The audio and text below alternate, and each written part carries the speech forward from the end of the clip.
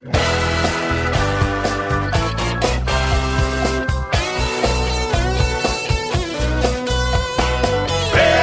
is coming, don't stand in the way. FAIRtax is coming across the USA. FAIRtax is coming, clean up this mess. We got to get rid of the IRS. Hey, hey! Hey, hey! Hello and welcome once again to FAIRtax Power Radio. I'm Bob Paxton. And I'm Ron Malero. And we are the FAIRtax FAIRtax Guys. And we've got kind of a follow-up episode today on FAIRtax Power Radio. So if you've not heard the immediately preceding episode of FTPR, you need to go back and listen to that. That is our interview with Autry Pruitt, who is not exactly a stereotypical FAIRtax supporter. And he's got some really good points about the fair tax kind of from another point of view. And we're going to discuss a lot of what he said today on that. So again, if you haven't heard that, go back and take a listen, then come back and listen to this one, because he's got some really good stuff. Your interview with Autry packed a lot of information into, 24 minutes or something? Mm-hmm. And I made notes, and Bob and I decided there's a lot we need to review because there's very, very important information about the fair tax. And as Bob said, Autry has a different perspective, all right? He, for one thing, as I mentioned before, he's less than half my age, so he's got that perspective, but he's very savvy politically and a strong supporter of the fair tax, and he's very knowledgeable about social media too. So he's a very good resource, and he's got some interesting perspectives. So, and we've really got to address the fair tax to people that come from his perspective. Yeah, I mean, the stereotypical fair tax supporter is an old white guy carrying a fair tax sign at some kind of Republican gathering, and we're glad for having that support. Even though the fair tax is not and never has been a Republican idea, it was hatched completely outside the political arena. It was hatched in the private sector. So it's no politician of any stripe has their fingerprints all over it. But, the way the political situation is today, if a Republican sponsors a bill, the Democrats don't like it and vice versa. Yeah, and we really need to slice through all that because there is a lot in the fair tax. In fact, the entire proposition is not partisan one way or the other. There is a lot of in there for everybody. I don't know anybody who would not like to have more money in their paycheck every week, And that's why I titled the last episode, the interview with Autry, is why Republicans, Democrats, Libertarian, and everybody should like the fair tax, because that was the theme of the last show, and that's what we're going to talk about some more. We're going to cover some of the same things that Autry brought out and expand them in a little bit more detail. And of course, if you could point to any one particular thing within the fair tax that really makes it sing, really makes it fair, it would be the prebate. Yes, and as you said in the last episode, makes it work, because the fair tax will not work without the prebate. Now, the prebate, again, is not an entitlement, although it is an entitlement if you think about it. You are entitled to feed your family before you feed the government. Yeah. Some other things. Yeah. This was put on Facebook by a fellow by the name of Scott Monroe. He said, thought occurred to me while listening to the latest FAIRtax Power Radio episode. You know how opponents like to demagogue the prebate as an entitlement? I have a new response to that. It absolutely is an entitlement. You are entitled to provide basic necessities for your family before being taxed by the government. You are entitled to not have the government be your highest priority of spending through forced withholding. And every legal resident gets the same entitlement. So that's an interesting perspective. That's it. Now, of course, the prebate is simply a tax refund. It is refunding back to you in advance. That's why it's a prebate rather than a rebate. But it is a refund back to you of fair tax that you do not owe, because you do not owe a dime until your spending rises above the poverty level for your household size. Right. But of course, you can't keep track of how much everybody spends and what everybody's poverty level is, because the poverty level for everybody. But you just collect it from $1, rebate back what isn't owed, and you can do that completely anonymously, and that's what makes this thing sing. That's right. They simply use the figures from the Health and Human Services on what is the poverty level for a family of 2, a family 3, 4, 6, whatever. And whatever that is, the fair tax on that amount, the amount necessary to keep that family going, is as Bob says, is rebated back to you in monthly increments at the beginning of the month. Hence the name prebate. So it is exactly what Bob said. It's a refund on taxes that you should not be paying. You should not pay taxes in a consumption tax world. You should not pay taxes on the costs of staying alive. All right, no government is that important, and the simplest way to do it is with the prebate. So the prebate, to somebody like a millionaire like Bill Gates, the prebate is not a big deal. But if you have a family that's just getting by, I mean, they're making just enough to put food on the table, a roof over their heads, and clothes on their back, then the prebate is a big deal, because that is that monthly allowance that refunds the taxes that they will be paying on the basic necessities. That's a big deal to them, and it's what makes the fair tax fair, and it's what makes the fair tax a progressive tax. It actually absolutely is. People living right at the poverty level are rendered, tax-free. Yeah, you hit on the progressive idea, because one of the big knocks that comes on the fair tax from people who don't understand it and are just knee-jerk reaction, this is a bad idea, thinking that a consumption tax, i.e. a sales tax, that's regressive, it hurts the poor, and that's just, that's stuck in a lot of people's heads. And with the fair tax, it is simply not true because of the prebate. It's funny, Bob, because in spite of all our work, we still get a comment like on the Facebook page for the Americans for Fair Taxation. It helps the rich, it hurts the poor, yada yada yada. And my response, you have to stay calm. I mean, sometimes it's why haven't you heard this? But you couldn't be more wrong, and I explain why they're wrong. And please go to this website and learn more about it. So, let's elaborate some more on how the fair tax is good for, not only is good for the poor, is the best tax proposal out there for the poor. Absolutely. And any candidate who says that with their tax plan they want to help the people, the poorest people, the working poor or whatever, then if they're not promoting the fair tax, they don't have the best plan. They may have a plan, but they don't have the best plan, because the fair tax is definitely the best plan to protect the working poor. Okay, I'm poor. I'm barely getting by. I'm going to be getting this prebate now, which is several $100s a month, again, depending on your household size. Yep. Plus, I get to take home my full gross amount. No more withholding. Yep. You get your whole paycheck. You get the prebate to help you with, the taxes that will be levied on the necessary stuff. And then on top of that, as Autry pointed out, there's another little nugget in there, as he said. You will not pay the fair tax, the sales tax, on used items. The fair tax, like a car, a house, the fair tax will be charged once when the item is new, and that's it. No double dipping. It will not be charged on any used items. Well, that's a huge benefit. So for the low-income people who are shopping at Goodwill instead of JCPenney, are going to reap quite a benefit with a fair tax that they don't get now. That's right. And everybody can take advantage of that. Even if you make $500,000 a year, you don't have to spend that much. Nobody's telling you how much you have to spend.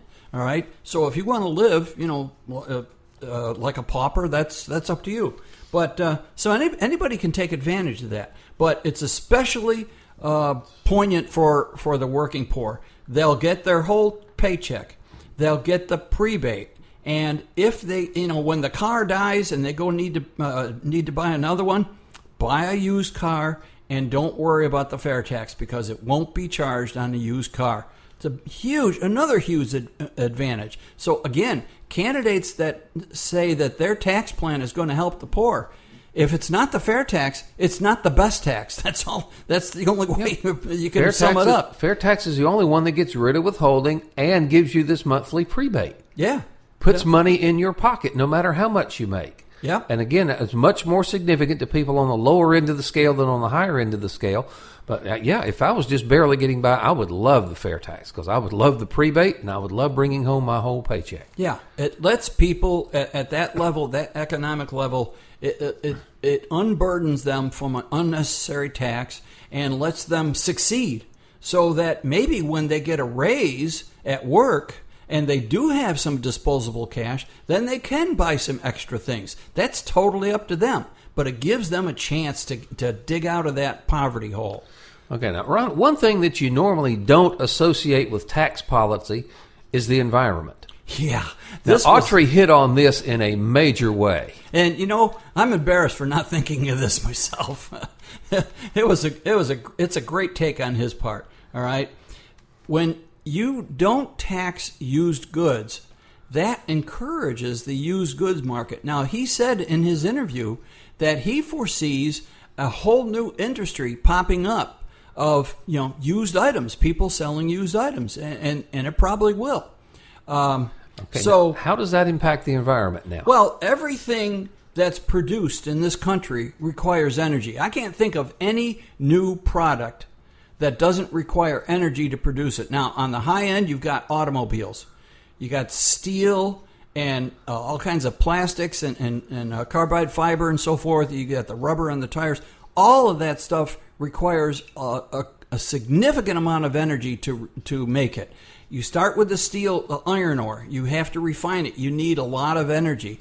If you have any aluminum parts in there, I can tell you as a former science teacher, aluminum requires a huge amount of energy to manufacture, to refine. So when you buy something like a car, you're spending energy. You're using energy. Just buying a car, because a lot of energy was required to make that car, or the house, or a coffee maker, or whatever it is. Everything we buy requires energy to produce it. So when you buy it, you're actually using energy. So when you buy a used car, well, somebody already paid all the initial expenses for that thing, including the including the fair tax. And so when you buy a used car, then it's all done. I mean, the energy costs have already been paid for. So there's the advantage. Buying used stuff with no fair tax added to it is going to really stimulate the used stuff market. I mean, that doesn't sound real professional, but anyways. Well, that's all but right. You get the idea. And I think Autry is absolutely right. I think it will generate another whole industry. People on top of things and saying, we can start a store here and take in used stuff from people and resell it, for those that want to save money and save the taxes. And I think he's absolutely right. It will foster another whole industry. Okay, I hear your phrase, another whole industry. My mind is jumping to two words, new jobs. Yeah, exactly. That's how this country has been successful, because people use their ingenuity. You go back to the Declaration and the Constitution, every individual is a sovereign and every individual is entitled to life, liberty, and the pursuit of happiness. That pursuit of happiness means you use your smarts and your ingenuity to come up with new ideas. And if you have a new idea for a new business and you're successful and people like it, you're going to do well. So, and that's what's happening. That's what's been happening in this country for 240 years. That's why we went from a fledgling country that could just barely keep their own to the world's leading superpower. All right, because individuals were allowed to succeed. All right. So the fair tax helps the poor greatly. Gets rid of withholding. You get the prebate. It helps the environment, which again is another hot button issue of folks that generally don't like the fair tax but should. What else is over there? Well, just in summary, the environmentalists should get behind it because of that last one. Now, Autry went on to talk about libertarians. All right, because he is a libertarian, and he said libertarians should get behind the fair tax because it takes the revenue issue away from Congress. When we pass the fair tax, Congress will not have to worry about messing around with the tax code like they do now. They spend a lot of time changing the tax code that you and I never find out about until we do our taxes at the end of the year. And if we're using the software or a tax accountant, then we still don't know about it. But anyways, Congress spends a lot of time messing around with the tax code. Get rid of that. Get that whole thing goes out the door. Congress, don't pass the fair tax, and you won't have to mess around. You can't. The only thing they can do is change the rate. And when they change the rate, they change it for everybody. So that lets Congress concentrate on, focus on spending. Now, wouldn't we like to get involved with Congress and talk to them about their spending habits? Yeah, let me hit this real quick, though, that there's nothing in the fair tax that advances or hinders either side's spending agenda. That's the right. fair tax is strictly a revenue-raising issue. It does not address how we're going to spend it. That will be another debate for another day that we will obviously have in earnest. But passing the fair tax, again, is something that both ideologies could like because it does not advance the other guy's agenda. That's right. Like some people think it does, and it doesn't.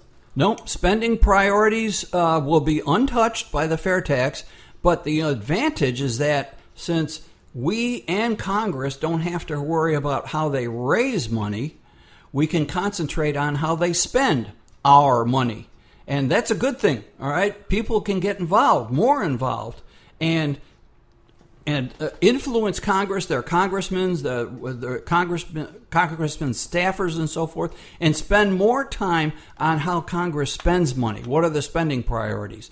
And, you're still going to have the same battles. There's what some people call the guns and butter argument, whether we provide guns or whether we provide butter. I mean, that's a simplification. But, yeah, those are good discussions to have. Those are the type of discussions we need to have. What is the best way for Congress to use the funding that we're giving them?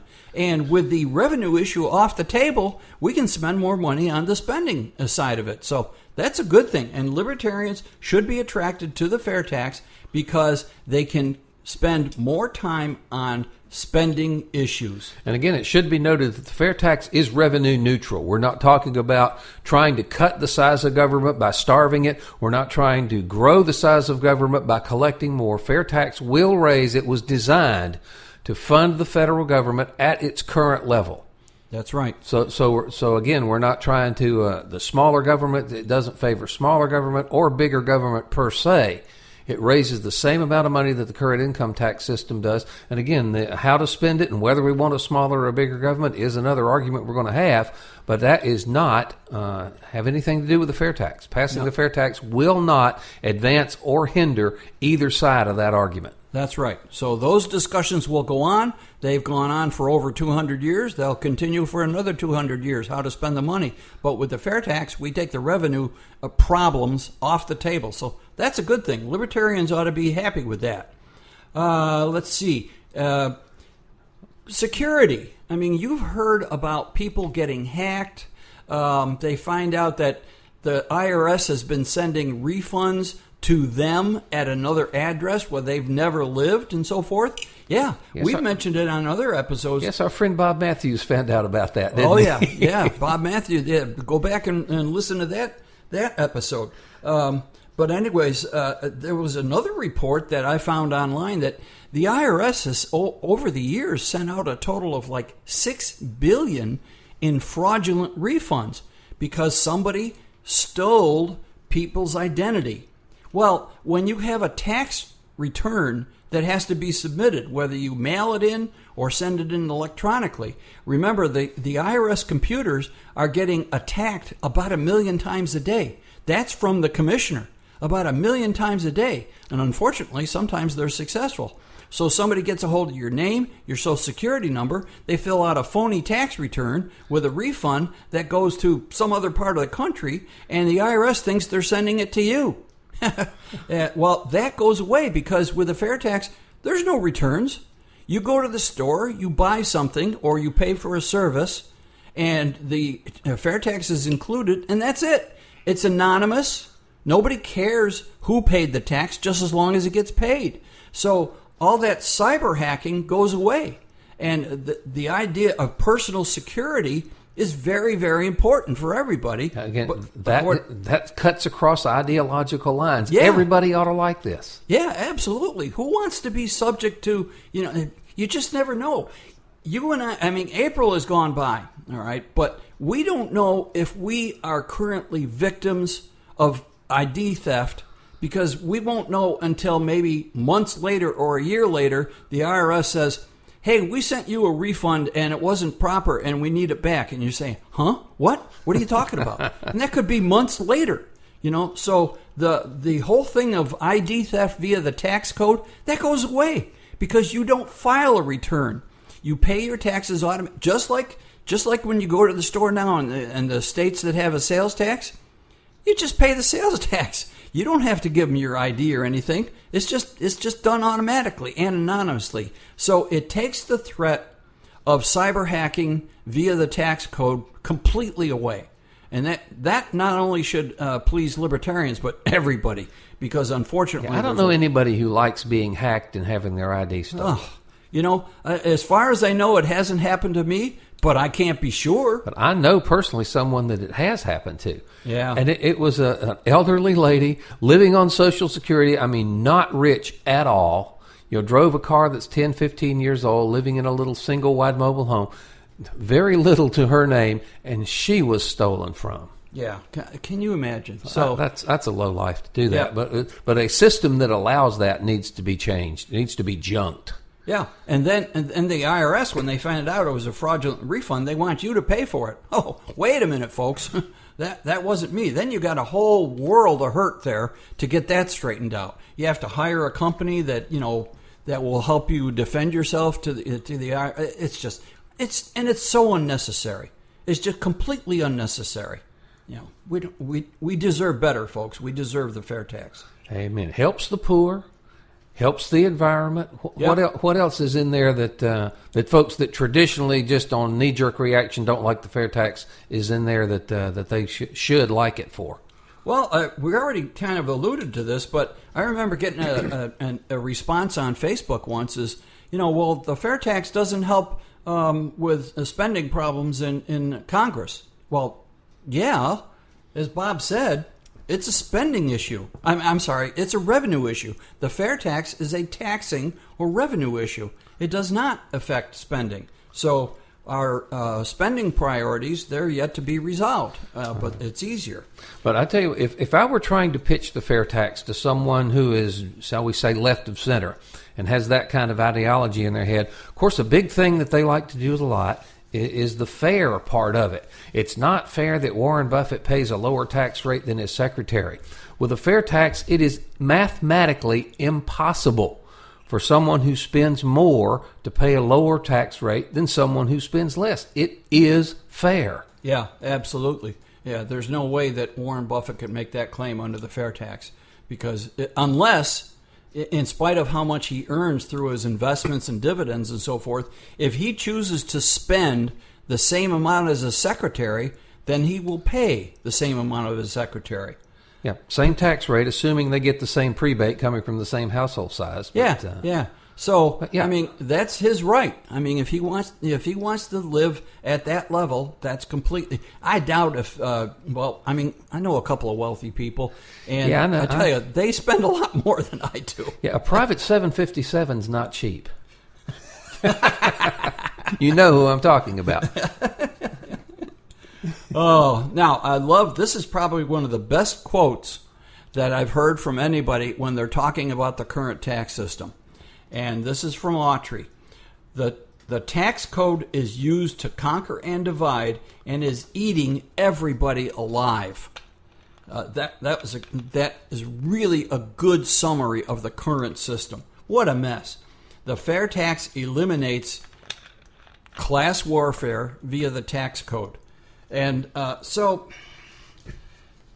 that's exactly what our friends in Congress do. And I use that term, sparingly. Well, Ted Yoho's a good guy. We just talked to him, too. Yeah. We'll call him our friend. Well, unfortunately, the whole of Congress, too many of them, are in it for their own. Well, they'll say, you hear it going on now. You hear it in the campaigns. The corporations need to pay their fair share. Wait a minute.